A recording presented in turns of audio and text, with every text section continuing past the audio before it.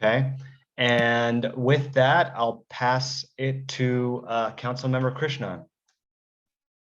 Well, good evening, everyone. And so sorry again for the delay with the internet issues that I had. But it's so good to see all of you. I'm Councilmember Shekar Krishnan for our district of Jackson Heights and Elmhurst, District 25. It's so nice to see you all, some neighbors on here too. And you know, before we start with the presentation, I just wanted to take a minute to introduce our team that's here. Weila, you want to kick it off, and we can go around and introduce everyone else too? Sure. Hi, everyone. My name is Weila Rice. I'm the district director for Councilmember Shekar Krishnan's office. And also, I'm also here to say, if anyone needs translation in Chinese, please drop in the chat. 如果您需要中文的翻译，请在这个对话框里面留言，谢谢。I'll give it to you, Chanel. Hi, all. My name is Chanel Martinez, and I'm the Community Affairs Coordinator for Councilmember Krishnan. Si alguien necesita una intérprete en español, por favor, avísanos en el chat. Gracias. And I'll pass it to Shamina. Hi, everyone. I'm Shamina Rahman, Community Affairs Coordinator with Team Shekar. If you need translations in Bangla, please drop it in the chat. Bangla অনুবাদের প্রয়োজন হইলে আমাদেরকে message করুন। ধন্যবাদ। Greg? I'll round it out. Hello, everyone. I am Greg Clark. I am the Legislative and Budget Coordinator for Councilmember Krishnan's office. Excited to be here. And Chuck, did you want to go, or you already went? Yes. My name is Chuck Park. I'm Councilmember Shekar Krishnan's Chief of Staff, but also your MC for tonight. I think this might be the last you hear from me for tonight, but nice to see everybody. Well, I just want to say to everyone too, you know, we thought it was important to do this event and really appreciate you all joining as well. And the reason why is because we know how urgent the issue of fire safety is, both in our community and across the city. Just a few weeks ago, we saw the horrendous and deeply tragic fire in the Bronx that displaced so many, and so many lives were lost as a result of it as well. We also know that just about a year ago at this time, the tenants at 89th Street and 34th Avenue too were displaced from their building because of a fire as well. And these are situations, and we've heard many more, and honestly, there will be more to come in the future too. We thought it would be best to make sure everyone in our community knows the resources that they have available to them to best protect their homes, and to make sure that you all know the best practices to ensure that our homes are safe from fires too. As more information comes out from the fire in the Bronx, one of the big things that both mattered for the fire in the Bronx as well as here in Jackson Heights was the issue of self-closing doors, or the lack of them, and the way in which that made it so that the fire spread from one apartment to another very quickly too. And oftentimes the landlords, like in the Bronx as well, have been notified of these issues, but they don't correct them. And the consequence can, of course, be very severe and in fact deadly. So we thought, given what we're reading in the news, given what we've seen here in our community too, and there have been many other fires over the years in our neighborhood as well, in the last even 10 years alone that we're aware of, including the Brewston building before too, which was a massive fire. We thought it would be good to have a fire safety education event where we can ask questions, get to know what resources are available to us in our different languages too of our community, and be best prepared for a situation, both to prevent it, but God forbid should it occur, to be prepared to respond and to act quickly. So I want to say a big, big thank you to the FDNY, to Lieutenant Frank Manetta for joining us today too. And to just say as well, we appreciate that all you do as our firefighters every single day, sacrificing yourselves, your lives, your efforts for our city to make sure that we are all safe. It is one of the most difficult and most heroic jobs too that you all have done day in, day out, and are there for emergencies like we've seen, to much smaller matters that come up too. So thank you all so much for your service, and thank you for joining us tonight too for this presentation. So without further ado, I'm going to turn it over to Lieutenant Manetta, and what we thought we could do is we can go through just some housekeeping. We'll go through the presentation. We'll have questions afterwards at the end as well. We're recording this so that others who couldn't join tonight are able to watch later. We have materials that are in the chat and we'll also be talking about that we'll send out in different languages too. So without further ado, I'll turn it over to Lieutenant Frank Manetta. Thank you so much. Okay, thank you, Councilmember Krishnan. I appreciate the kind words. And I'd like to say thank you to also Ms. Rahman for the invite as my contact. Much appreciated. Again, I am Lieutenant Frank Manetta from the Fire Safety Education Unit. I do reside in Queens, not too far from some of the folks that are in attendance tonight. A little bio before I get into our standard presentation. I am completing a 42.5-year career, I believe this month. Time, I don't know where it went by. The last 10 years or so, I was going to retire 10 years ago, a little bit more than that. And I left my company and went to the Fire Safety Education Unit, which was a different way of visiting you folks, all right, which I much rather visit you like this than unfortunately during a fire, which, you know, terrible as we can all imagine, right? Especially in light of some of the recent fires, right? So I'd like to talk about a few different fires, 3 fires in particular, before I get into my standard prevention, early detection and planning, okay? Most recently, we had a fire up in the Bronx.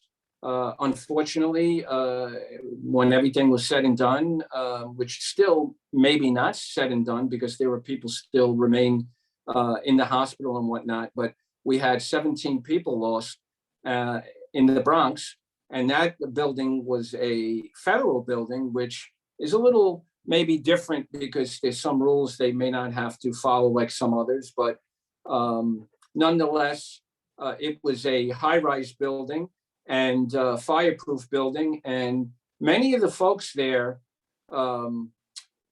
maybe they could be with us, maybe not. I don't know for certain. I just know what should be done, and they were found in the hallway. And the major problem that happened there, I mean, there was a fire started by a space heater, okay. And when people left, unfortunately, they left the door open to the hallway. And anytime, no matter what the construction is, when you leave a door open, it allows the smoke to spread into the hallways and spread floor to floor, especially if the door to the stairwell is left open like it was there, okay? Now, I know Congressman Torres and a few other people are trying to change some or amend some of the rules with the federal buildings. I wish them luck because, you know, everybody needs to be a little more safe. And whether it's federal or not shouldn't really, in my opinion, shouldn't impact that, but it is what it is. But he also mentioned space heaters and having a shutoff. And I think I was speaking to the director of our unit before the meeting, and I think what we're really talking about there is a timer, okay? Because the space heaters, and this is one, this one does have a shutoff if it's tipped over, okay? There's a button on the bottom of this one. Not all of them have it. Some do, some don't. But this has a button that when it's sitting, if it's knocked over, the button pops out and it shuts off the heater, okay? So that is the example of a shutoff, in my opinion. But if we had a timer where this is whatever, say it was an hour, after an hour, it's going to shut down. I think that's maybe what we're talking about, okay? But it does have an energy saver part where you can basically dial it back and, you know, it will go on and off, similar to an air conditioner that has an energy saver and whatnot, okay? Big problem with heaters is placement, okay? Where do you place it? I'm not sure, the marshals are still investigating further there. But also on an electric side, whether it's a space heater or any electric products, we need to have the proper equipment, all right? UL, Underwriters Laboratory. That's one of the bodies, the independent bodies that test these products to safety standards, okay? And whether you're using extension cords or a heater or anything, you want to look for that UL, or there are others as well. And the second one that I will mention is ETL. And I do have the box right here. And you might see right there that ETL with the circle on it. Yes, it's a circle on it. That's ETL. That's the approved one as well. Don't buy any of those products, the electric products or the safety products, from 99-cent stores. I'm not saying 99-cent stores doesn't have anything that you can use. Certainly it does. But when it comes to the safety equipment, buy it from reputable hardware stores, buy it from your box stores and whatnot, and look for those symbols. All right. And another problem we have throughout the city is that when you have an item like a space heater or anything that requires a little bit more power, you have to go directly to the wall, folks, and into an outlet. No extension cords, no power strips, none of that, okay? Directly to the wall. It's too powerful for the extension cords.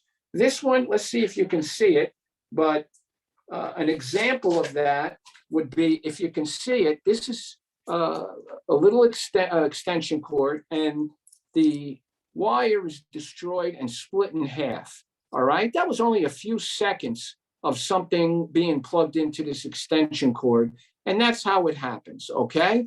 And this would happen with an extension cord.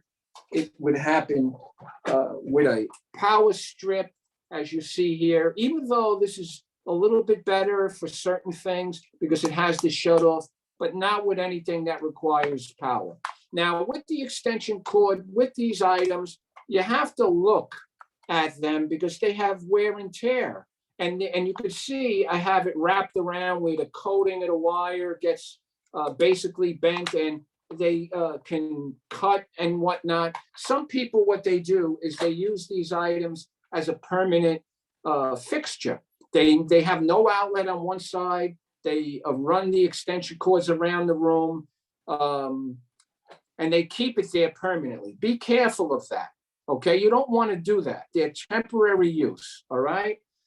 With that being said, in the fire again, up in the Bronx, the doors were left open, people with smoke inhalation, and unfortunately, we had the loss of life.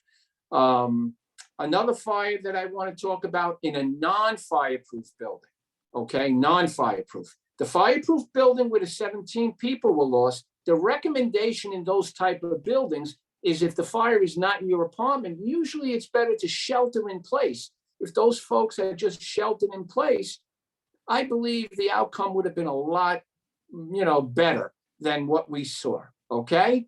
Now, if the fire is in your apartment, you have to get out. You have to get out. You want to contain the fire wherever it is started into a certain room, and you would want to close the door. You would want to close the door to the apartment, and you would want to get out to a safe location. We'll talk about planning afterwards, but account for your people and call from a safe location that something's going on, okay? If it's in your apartment. If you're in a non-fireproof, right?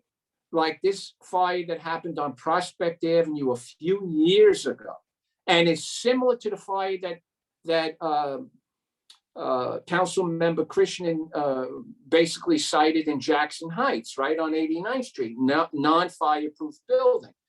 The bottom line is, no matter where the fire is, you have to get out. You have to do all of the safe things, close the door, confine the fire, close the front door, get out as quickly as you can.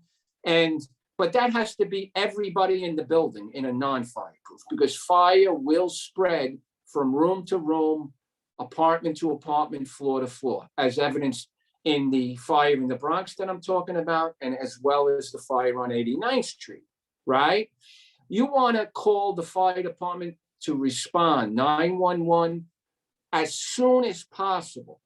Delayed notification is problematic, okay? In the Bronx, at that time, there was a fire in the first floor apartment. There was a family, a mom, her mom, and a child. And the child, children do what kids do. And unfortunately, in that situation, playing with the stove, fire occurred. nervous time when you're having a fire, needless to say. They fled the apartment, but again, the door was left open to the hallway. Fire spread, smoke and fire came out into the hall. There were 13 people lost, some in the hall, some in their apartments, because as I said, non-fireproof buildings will spread laterally, vertically, what have you. Some people didn't respond the right way, okay? So just keep that in mind, no matter you're in a building like the one in the Bronx, the one on 89th Street, or if you're in a small private home, frame home like myself, all right, the same thing. You have to have that plan. You have to get out, okay? What did I want to say? Let's go to the Bronx, 13 people, building with a fire escape. All homes that are more than 2, 3 or more families, right, have to have a secondary means of egress. Also, any building, regardless of the construction, 3 family or more, have to have those self-closing devices that we were talking about, that the council member mentioned, okay? 3 families or more. You could put them on a 2-family home if you want, but the code, right, you're required to have them. The question there, that's all being discussed and being, basically investigated what exactly happened there, okay? Now, another thing that came out of that Bronx fire with legislation, if you have children 6 years or under, because of the stove knob, right, that I mentioned started that fire, you have the option, if you're a renter, to ask the landlord or the super to provide locks for the knob. So basically you have to open a cover and then turn the stove on or off. Now, if you have a child 6 or under, you can request that. You can also request it if you don't, all right? If you just would like them in your apartment, you can request the landlord provide them as well. Or you can just be proactive and provide your own by going to, the box store or whatnot, reputable stores, and just purchase them. Okay, it's the same with the smoke alarms, all right? You can request the landlord to do it, but the landlord could charge you a one-time fee. And I printed on the chat room, in the chat room, the free smoke alarm program that anybody that resides in the city, there's only one time you can't do it. But if you reside in the city, you can call the Sound the Alarm, which is the Red Cross, the fire department, right? The FDNY Fire Safety Unit, in conjunction with the FDNY Foundation, which is our extended not-for-profit that fundraises and whatnot and allows them to provide that service to the public, all right? But they will do it for free. We install, while I'm on that note, a combination smoke and carbon monoxide alarm in the main area, and a 10-year, I might add, and the new code is 10-year sealed battery, right? And then we do 10-year sealed battery smoke detector only in each bedroom. I mentioned there was one time we can't do that. That is in NYCHA buildings. NYCHA buildings have their own folks that install these alarms as well. So I would call NYCHA directly at the NYCHA number, where most people that do reside in New York City Housing Authority know that number. I'll give it to you right now, 718-707-2767. Okay, so if you're in NYCHA, if you have a problem with the smoke detectors or carbon monoxide, 2767, okay? I believe that's the number. I could be wrong, but most people in NYCHA do know it, okay? But everybody else, please take advantage of these. 70 to 80% of the fatalities, the fire marshals discover the absence of a working smoke alarm. If that's not a red flag, I don't know what is. You must have a working alarm. You must test them monthly. All it requires is a push of the button, Now you're going to go through a few seconds of listening to that sound. Listen up. Smoke detector, 3 beeps. Now listen to the difference. 4 short beeps, carbon monoxide, a longer pause. One more time. And then the reset chirp. A little bit of a gap. And the alarm is still good to go. People, prior to the 10-year sealed battery, would take the alarm down and take the battery out. Good intention to put it up, or all intention to put it up, and many times forget. So please get acclimated to the alarm that's a lifesaver and know what it does for you. This button is also a hush button. If it goes off for accidental cooking, you hit the button, silences the alarm, you open the window, let the smoke out that you're maybe created that activated the alarm, and it's still activated. The alarm is still good. It's not rendered inoperable, okay? So keep that in mind. But the program is a great program. Now, the fire on 89th Street, okay? Top floor fire, a little bit, the report was a delayed response. Understandably, I understand the situation there. Not, I don't want to be, we have to learn from situations. You want to let us know as soon as possible. As I mentioned with the other 2 fires, in addition to many doors being left open, very problematic for everybody, okay? And letting us know as soon as possible. Just keep in mind, the fire department, we're here to help you. We're not looking for anything else, all right? That's what I wanted to say. If there's any questions with the fire, you can ask them in Q&A. If I have any information, I'll give it to you, or we'll leave it at that, okay? I posted the numbers. Let me just bring it up so I can go over them quickly before. Okay. All right. We went over the smoke alarm installation program, the 877-733-2767, or visit the website. The literature and information on the www.nyc.gov/FDNY. You can get information there on, different types of fires, like kitchen related, which are usually done by unattended cooking, improper response to possibly oil-based fires using water. I want you to be basic in that kind of a fire. Stop the heating process, maybe use a lid to separate the burning product from the air. Basically get to an area of refuge out of the apartment, notifying us if it gets out of hand, okay? You can get information on electrical, just like we mentioned, a few of the electrical issues, sometimes placement too close. They say 3 feet from anything combustible. I say more.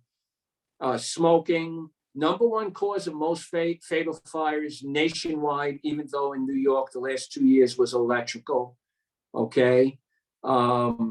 Kitchen-related fires are the #1 cause of most fires, not fatalities. We just mentioned smoking and electrical, but most fires kitchen-related. Now, with kitchen-related, a lot of people ask many times about extinguishers. All right. If you're going to purchase an extinguisher or have one, you want an ABC multi-purpose extinguisher. All right. There is a pictorial on the extinguisher too, ABC. What that means is the class of fire it's good for. Class A is ordinary combustibles. B is your kitchen type issues, oils and things like that. C is electrical. If it doesn't have a diagonal line through one of the pictures and the pictorials, it means it's good for all 3. If it was only an A extinguisher with a diagonal line, it would tell me, wouldn't be like this. It would be a larger extinguisher. It would be basically a water extinguisher. You can't use it on a class B oil-based fire or a C electrical. All right, keep that in mind. All right. There's an acronym very quickly, PASS, pass, to how to use it properly. There's usually a pin inside the handle. You want to pull the pin or break the tab if it had a tab on it. You want to pull the pin. You want to aim it at the base of the fire. Second S would be then to expel the product inside by squeezing the handles. First S, squeeze. Second S, from a safe distance back as a starting position, 8 feet. It says on this extinguisher, you start working your way towards it as you're sweeping side to side. P, pull the pin. A, to aim at the base. First S then would be to squeeze. Second S, squeeze, and then sweep side to side on the extinguisher. I'm not a big advocate, I got to tell you, on putting the fires out unless there's a reasonable expectation that you can complete the process. I would rather you learn how to use it, right? And in my planning, I said earlier, prevention, right? Preventing the fires, kitchen, electrical, smoking, whatnot, right? I would want you to be, part of your planning is having that extinguisher as a way to get out of your home safe. Part of my plan when my 3 grown children were younger, in my private home, they were in the back bedrooms and I was in the front. I have an extinguisher in my bedroom closet. Why? Because my plan was, what happens if we did have a fire? How would I get to them to get them out as young children? And part of my plan was to get out of bed, stay low, my wife and I, get the extinguisher, start going to get them to get to a secondary means of egress. But I'm a private home. The only secondary means of egress I have is to get out onto a little setback roof outside the window, whether it's the front porch or the back porch. So that extinguisher would maybe allow me to get to them just enough, possibly to push any kind of fire into a room, close the door, and then get the children out to that secondary means for me. All right, so I would think along that. The more time you spend fighting a fire, the less time you have for escape. Part of your planning should be talking to your family on how to get out, whether you're in a fireproof building or a non-fireproof. As mentioned earlier, fireproof, if it's in your apartment, you're out. If it's not in your apartment, the recommendation is to shelter in place, close the door, limit smoke spread, call 911 that something's happening in your building. Okay? Non-fireproof building, everybody has to put their plan to use. Got to keep that in mind. Okay? Home like mine, no secondary means of egress, private dwelling, a building with a fire escape, usually indicative of a non-fireproof as well. Anybody age appropriate, part of your drill, how are you going to get out onto that fire escape, or a second stairway that's possibly a second means of egress as well. Okay? Your smoke alarms, your carbon monoxide alarms, that's your early detection. As I mentioned, prevention, early detection, and planning. We have to revisit these things with our families, okay? The planning is critical. Knowing what to do, knowing your type of building classification, fireproof, non-fireproof, very important, okay? Another thing that I did mention earlier that I just want to touch on, the occurrence of many lithium-ion battery fires that we have, okay? We're seeing many scooters and things like that are very popular these days. And I don't know what the cause, relatively new that we're seeing all of these fires, the increase. It's pretty much doubled, if not tripled, with the previous year. I don't know if it has to do with the life expectancy, and maybe that's what's happening, but we're having many fires in these devices, similar to not exactly the same battery as a computer laptop, but same family. And the big thing there with the scooters for sure is read up on your product. Pay attention to the manufacturer's recommendations, okay? Don't charge these things at night. The scooters, try to keep outdoors if you can, all right? We don't want to really be storing them inside. I know sometimes you have to. But if anything is even a wisp of something going wrong, outdoors with it, okay? We have to be very, very careful, all right? No recycling these batteries, indoor. You have to go through, if you're not sure, 311, there are drop-off sites with these things and whatnot. Be very careful with the lithium ion batteries, all right, in these scooters and whatnot. And if you think something's wrong or something's out of the ordinary, overheating, it probably is wrong. So I would, if you have to, call 911, get us there and let us check it out. But outdoors with the product. And by, again, just reinforce, read up on the manufacturer's recommendation with those items, okay? I'm gonna just, maybe we can take a few questions. I don't know how much time we went through. 7:41, maybe we'll take a few questions, Yeah, thank Councilmember. you, Lieutenant Manetta. We have plenty of time for questions. Maybe we'll start with attendees. Please raise your hands. Either you can raise your hands using Zoom, or if you want to turn on your cameras, we'd love to see your faces, but if you need privacy, that's okay. I have a question. Go ahead, Okay. Shamina. Thank you, Lieutenant Manetta. That was a really good presentation. I had a question about safety while in a fire. So if somebody is in a fire, whether that's a private home or a building, and a fire is ongoing, it's beyond effort to put it out, right? And how can we, what's a safe way to get out without having smoke inhalation, any injuries? What is a good way to get your family out of that situation? All right, thank you, Shamina. First of all, knowing your building right away is critical, like as I mentioned, okay? Now, we have to have that fire drill, that personal fire drill in advance.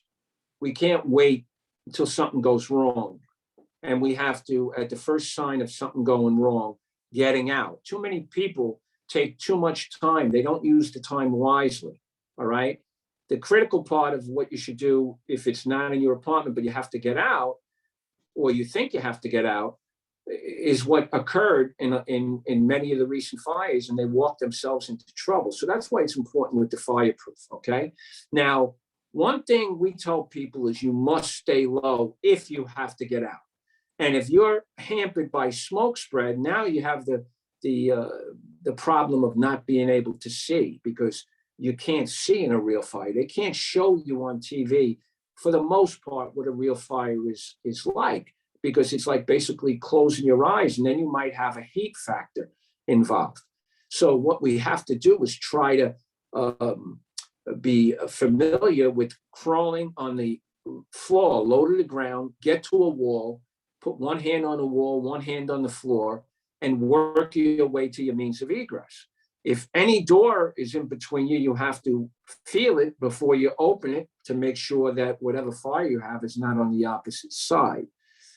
During your fire drill stage, which is in advance, if you have a fire escape, you want to make sure you can access that fire escape if you should so have one. All right. And you don't want to have window gates on there that are the improper ones. They have to be approved. They can't be using a padlock or anything on them. I know we have security issues sometimes. Another thing you may want to, if you have a private home like mine that you may want to invest in, it's not the easiest thing to use, is they have portable escape ladders, okay? Not the easiest thing to use, as I mentioned, but as a last resort, certainly, all right? And get a UL, ETL, whatever, a UL approved ladder that you can purchase, okay? And everybody should be familiar with it. But again, not the easiest thing to use, but an option. All right. A lot of times we go to presentations and people throw a curveball, which they mention, what happens if it got so big so fast? I mean, we're seeing that with the lithium fires that are happening very quick and pretty explosive, like flash-wise. So that's something that we say, if you can store them outside, fine, and you're met like that. But usually fires don't happen like that usually. And again, that's where I said too much time is taken exiting. All right. But you have to stay low. You have to crawl underneath smoke. It's not an easy thing. That's why, it's a very dangerous, thing to do for fire personnel and for civilians alike. I don't know if that helps you or answers you a little bit, but it's if in the absence of all that, if you're stuck, so to speak, you have to put a barrier between you and where the fire is. You can get to a window, bring attention to yourself if you have no means of egress, wave something, basically voice that you have a situation, a fire situation. All right. That's in a worst case scenario if you're opposite where you can get to a means of egress. That answered my question. Thank you. Thank you, Lieutenant Manetta. Any other questions from attendees? I have a question of my own, but I want to make sure I open up the floor for others on the call. Please feel free to either raise your hands or unmute yourselves. If not, I can jump in. I'll give it 5 seconds. I see Teresa LaSalle I'm going to make a comment. I do have a passion. You commented, and I thank you for that. My background with 42 and a half years, I laugh about it, but the truth is, it's so important. And it's been a wild ride, but unfortunately, too many people are still getting, hurt and whatnot. And I hate to see that. And I'm going to try to stay involved as a retiree as well. But please, the numbers, like you said, you can't wait to give the link to other people. Definitely do that. That's what we're about. Spread the information. The more people, and I credit all of you folks for spreading that and heeding the message. And that's when I was talking to Mr. Parker earlier, I said that you really, the people, the public deserves most of the credit for bringing those numbers down. And I want to see it to be zero, or at least work hard to bring it to as close to zero as we can. All right. So please, thank you for that. I just want to say, Lieutenant, too, thank you and congratulations. 40 plus years in the fire department is extraordinary, and we benefit from all of your wisdom and your experience too. Like you said, it's never enough because these situations can always come up too. So just wanted to echo and say how grateful we are to benefit from your perspective. And in your drills, get your children involved, especially the ones that are starting to get a little bit older. We told people with kitchen related, because again, most fires, like I mentioned, just regular, your regular fires happen in the kitchen. Try to create from an early age, child-free zones, depending on the age. As the kids are getting older, show them how to use the stove properly. All right. Explain to them, the lid, just a simple, using the lid on top of a pan, right? Will separate the burning product from the air, and will smother the fire. Another thing that I didn't talk about it so much, but baking soda, right? Baking soda is basically the same as a Class B extinguisher. If you wanted to do anything, baking soda on top of the burning product, then the lid will do the trick. But I'd rather you, like they say, do the basics, shutting the gas, putting that on, teaching the kids not to be in that area, turn the handles in, just for the kitchen area, okay? Now, I just looked down, I saw a prop in my bag too. I'm just gonna mention this.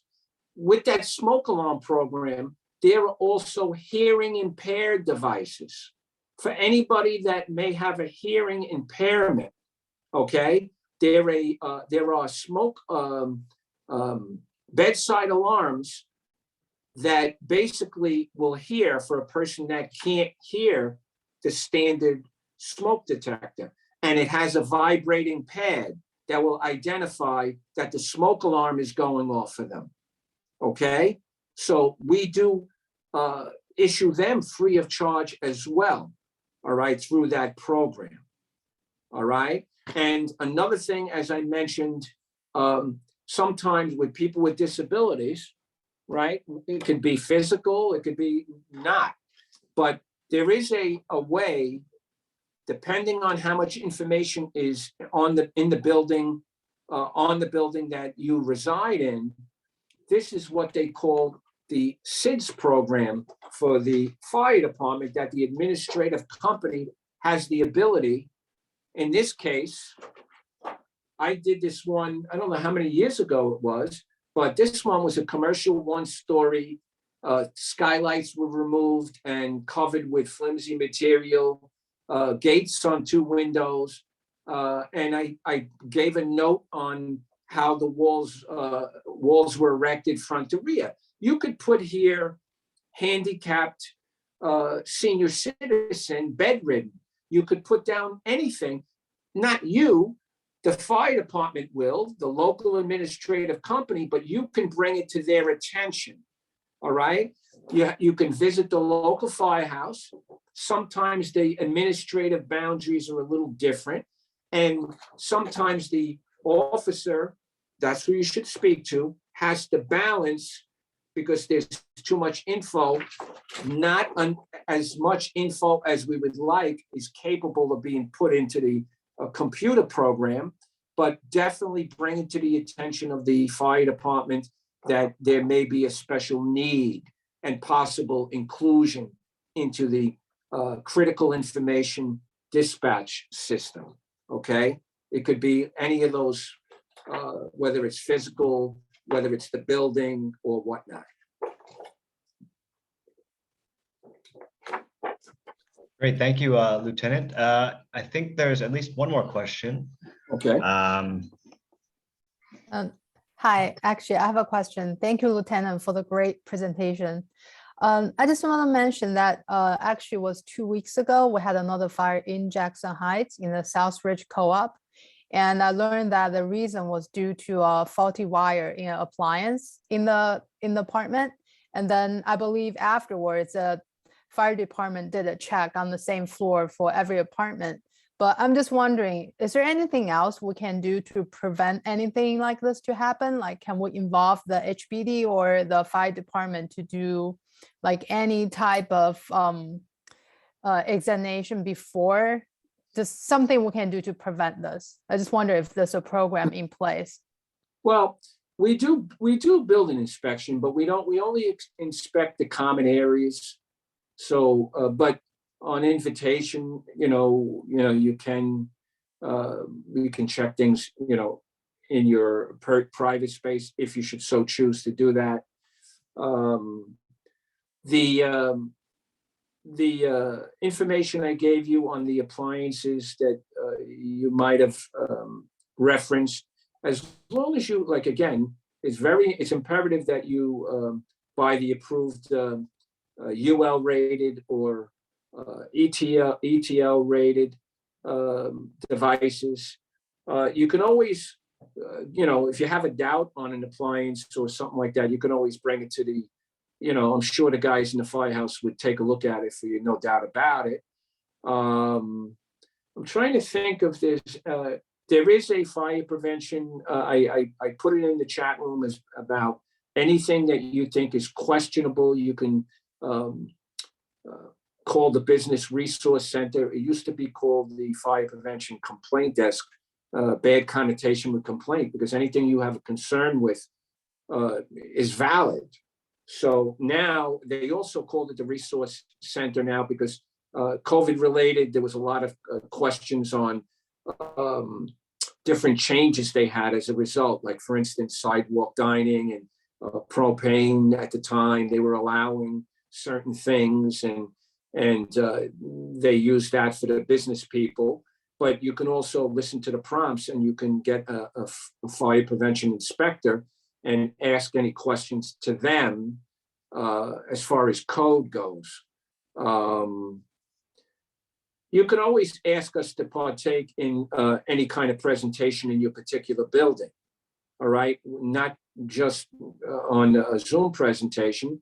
I'll give you for instance, I don't know if you're familiar with the big 6 apartments. I think that's basically Woodside, Mass, but there was a fatality there just the other day. But in that complex, I think it's, I'm not sure if it says big 6, but I think there may be 7 buildings there. I believe there might be. But we were doing presentations by a mere setup in the lobby. And we were going there and handing out safety literature, on all different things, electrical, kitchen safety, what to do in the event of a fire in that building. And we were handing things out as people were coming home at 5 o'clock to 7 o'clock in the evening. That's something you may want to do in your, we always ask people with homeowners associations, tenant associations, to please, make use of our unit. Call us. We definitely come and would speak to folks. I would much rather, like, again, I mentioned it earlier, I would much rather speak to you and talk to you at any time rather than have to come and crawl down a hallway to speak to you during, a bad time. I think you know that, but please call us. At the fire safety unit, you can get through the homepage. You can go to FDNYSmart.org behind me. I think you could see it. I think I did put it in the chat room as well. FDNYSmart.org to request a presentation or what we call a table setup, a table presentation for information. Unfortunately, when there's those fatalities that I mentioned in Woodside the other day and the ones in the Bronx and whatnot, we have to do them as far as a fatal fire outreach campaign, which are not my ones I'd like to go to. I don't like to go to them because of the nature of how tragic it is.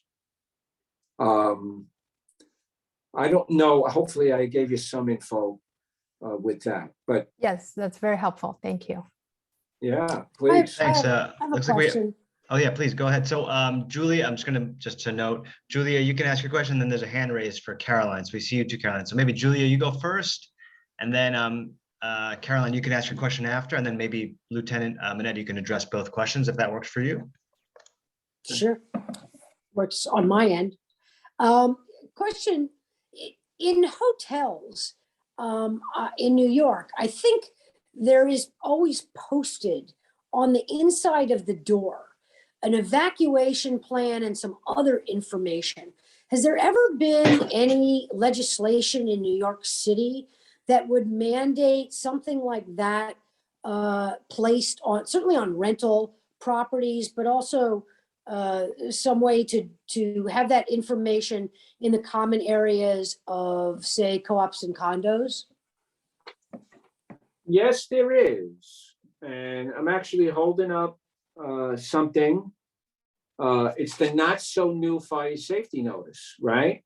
And basically, I'm trying to see if I can quickly see when this was enacted, what year, but it's a fire safety notice when you're a renter or whatnot, that part of your information that you would receive should be that notice you talked about that should be placed on the inside of your door. And it's basically telling you your building's classification, you're in a fireproof building, you're not, this is how you should respond, and so forth, all right? Whether you should leave, evacuate, or whether you shouldn't. If you don't have a fire safety notice in your apartment door, you should contact your building owner or manager, or notify the fire department by emailing that business resource support that center that I said. And I think I gave you the number. Actually, right here, it's telling you to email fdny.businesssupport@fdny.nyc.gov. Or in the absence of that, you call 311 and ask for the information on the fire department's business resource or customer service center. Okay. It's been required for 20 years, it's telling me in this emergency preparedness guide. I'm trying to see if it had the exact year that it was enacted. You know, and they're telling you have to make sure it's there, and it's not pretty, but it could save your life. You know, a lot of people don't want, you know, people didn't want, you know, extinguishers, say, right? Not that it's required necessarily, but it has a place. So sometimes it's just looked at as an eyesore. It's crazy, you know. Things that you can incorporate that mean all the difference, life and death sometimes. People, you know, will turn the other cheek, so to speak. All right. So yes, there is a requirement for the posting, the fire safety notices. Thank you, Lieutenant. I was gonna just call on Caroline, but I think she just now dropped off the call. So I think we missed Caroline, but hopefully she had her question answered. Maybe it was the same question. Anybody else have a question for the Lieutenant while we have him on the Zoom? Was there another question, Chuck, in the? There was, but so there was someone was going to ask a question, but she okay. just dropped off the call literally 30 seconds ago. So I think you've done an excellent job. So I think you've answered so many questions that people are very satisfied. But well, yeah, we'll leave the floor open for a few more seconds. See if anybody wants to jump in with a question. Something, but while we're waiting is if you want to send it, you know, send this out like to constituents and whatnot, please share. And again, if they want us to come speak, I know COVID, it's definitely changed the playing field a little bit, you know, with in person. We are doing them. We got the okay. We are doing some, not as many. We're doing mostly virtual stuff now, but we still have fellows and going out to do in person. Great. We have Caroline back. If she may be ready to ask her question. Caroline, we saw you left for a moment. iPad died. Sorry. Yeah, it could die again. Hopefully not. So there are two kind of specific questions. One is I wanted to make sure I understand if you want to get, I guess, like materials for your building, then should I just be looking at the FDNY Smart website for that? No, you can also go to, for fire safety info, you can go to www.one.nyc.gov/FDNY. Okay, and then, go ahead. And also on the FDNY Smart .org, or you can also go to FDNY smart.org/connect. Okay. Right, and you know, I'm not the most computer literate guy. Getting a little better. Retirement. I'm getting better now. It's time to retire, right? But I'm sure you can navigate. Yeah. And then following up with that, so in our building, I'm curious, like, can you initiate an inspection for a building? Because our building, and we're here in Jackson Heights, like we didn't have an exit for half the building. So the exit was actually like broken, and I called the city for a year and I finally got it fixed. But we have like open doors in our stairwell, and you know, so I'm wondering how we can maybe push that business resource. I mean, you can initiate, like, I mean, I hate to use the word because again, it's not proper in my opinion. Complaint is not the word. It's a valid concern, right? It's a valid concern, and you should be able to voice that valid concern. No two ways about it. So that you can now, I'm not sure what the prompt is on that number that I gave you, which was the I put it in before, 999-541, the business resource. Yeah, and if you buy the firehouse, you can also give it to the I would stop at the firehouse. Just a recommendation, not that you know, I'm sure anybody should be able to help you, and you know, should for sure. But it's always better to ask for the officer in charge, the officer work. All right. You know why? Because if anybody came there, I wouldn't mind coming down and helping. I think anybody would do it. But if it wasn't my administrative district, it usually is inspected by the administrative boundaries map. I would notify the administrative officer that somebody has or requested somebody look into something. Oh, Okay. okay. And can you go there as well and request that they maybe come and do some sort of fire safety, like you mentioned in the building, that they could come to the lobby or? Yeah, we definitely go to like lobbies and do fire safety information. Now, we can't, for some things like some people have requested us to do fire drills. That's something we can witness you doing it, but we can't really get too involved because you have to have certificate of fitness as a fire safety fire drill coordinator. And that's something we're not allowed to do. All right. They have separate people that do that, but we certainly will talk to you about it.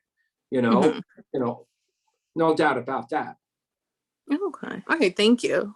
Oh, thank you, Caroline, for the question, because the more people that ask, the more people that listen, sharing the information is wonderful.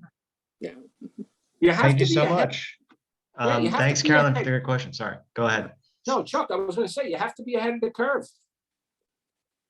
Yeah, and I think everyone in attendance tonight, you know, they'll tell a couple of their neighbors and friends, so this information will get out there. So with that, I'll thank you, Lieutenant, for those great answers to some great questions. And I'll pass the mic to Councilmember Shekar Krishnan once again to maybe wrap us up.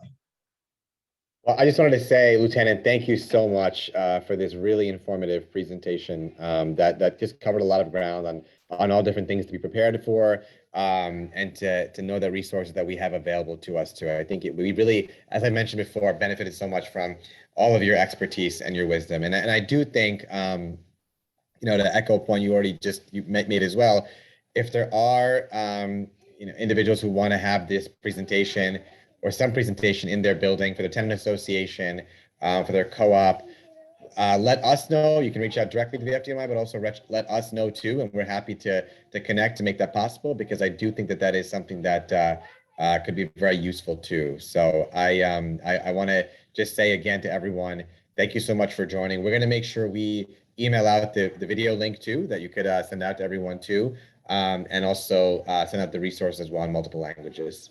Yeah, I thank you, Council Member, for the kind words. It's great.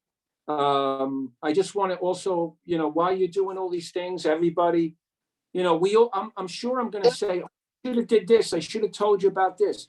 I think I covered some, but we all make mistakes. And that's something to keep in mind. All the people that make mistakes, it's just the way it is. We're not perfect. Nobody's perfect, right? Share that with your children. I mean, I wish I would have known all the things I know now when I was a younger guy, and my kids would say, how come you're saying that now? Your kids, again, this is just personal, right? You want your kids to tell you anything that they think is important. And there's been too many fires where young children are worried and they don't tell everything, you know, I mean, right away. The time to act is when something, you know, beforehand, but you have to be able to correct something by closing the door, getting out and whatnot. We all make mistakes. Keep that in mind. In my house, we have the opposite problem where our kids are very happy to be yelling nonstop at all the things that we should be doing. We got a 6-year-old and a 3-year-old, so. Oh, I you know, the running joke that I have in the firehouse is, I don't know what I want to do when I grow up. That's true. That is true. Well, I think this is really helpful too. I saw a question, Caroline, in the chat as well about who should we email the council office, set up a fire safety workshop. Shamina, maybe you want to drop your email in the chat as well. I want to personally say to also, in addition to the Lieutenant, thank you to our whole office, Waylai, Chuck, Chanel, and especially to a big shout out to Shamina for organizing today's event and for coordinating it. Thank you so much. Please reach out to her too to coordinate one for your building. That's a great idea. And looking forward to doing this more in the future as well. This is not just a one-time thing. We want to make sure that we periodically do this too. But thank you everyone so much. Thank you, Lieutenant. And have a good night, everyone. Be safe and see you soon. See you soon. Be safe. Thank you, Lieutenant. Good night. Thank Thank you. you, Good everybody. night. Very Good night. nice. Thank you.